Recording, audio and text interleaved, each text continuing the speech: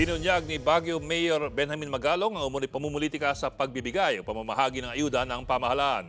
Sa gitna ng mga batikos, may tiniyak naman ang DSWD kaugnay sa programang ayuda nitong AKAP. Nasa frontline na balitang yan, Brian Basa. Putay.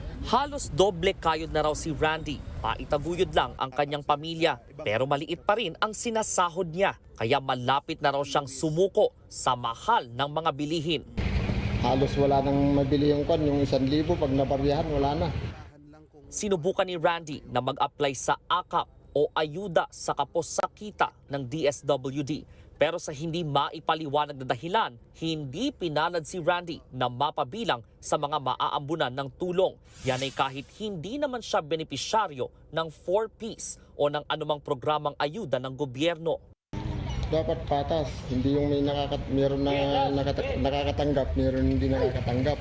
Noon pa mang pinaaaproba ang 2025 national budget, marami nang kumukwestiyon sa intensyon ng AKAP funds. 26 billion pesos ang nakalaan para rito. Hinala ng ilang kritiko, gagamitin daw ito sa eleksyon. Bagay na tila tugma sa isiniwalat ni Baguio City Mayor Benjamin Magalong. Anya, may tinatawag na 777 scheme ang mga kongresista tuwing mamumudbod ng AKAP at iba pang ayuda ng pamahalaan. Every time na sumama ka sa sortie ni Speaker, every congressman gets 777, 7 million na AIX or AKAP, 7 million na MAIP, at 7 million na tupad.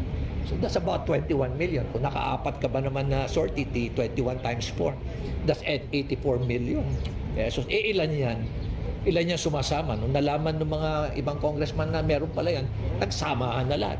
Kaya para kay Magalong, mas mainam na ipaubaya sa mga ahensya ng gobyerno ang pag-abot ng ayuda. Kala mo parang pera nila, di ba? Palalabasin pa nila na paparamdam nila sa tao na galing sa amin to. At magkakal pa sila, meron ba yan sa iba? May ginagawa ba yan sa iba? Ganun pa yung mga parinig.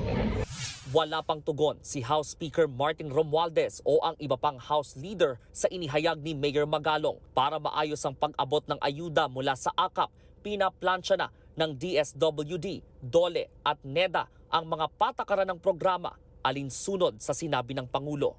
Ayon sa DSWD, unang dapat kumpletuhin ng mga mag-a-apply ang intake sheet o assessment form ng AKAP. Bahagi ito ng pagtitiyak ng ahensya na hindi magagamit sa pamumulitika ang programa. Itong assessment sheet ay makakapture lahat ng mga impormasyon na kakailanganin ng social welfare officer natin at i-facilitate yung pagdetermina kung sino po ba yung eligible na makatanggap ng tulong.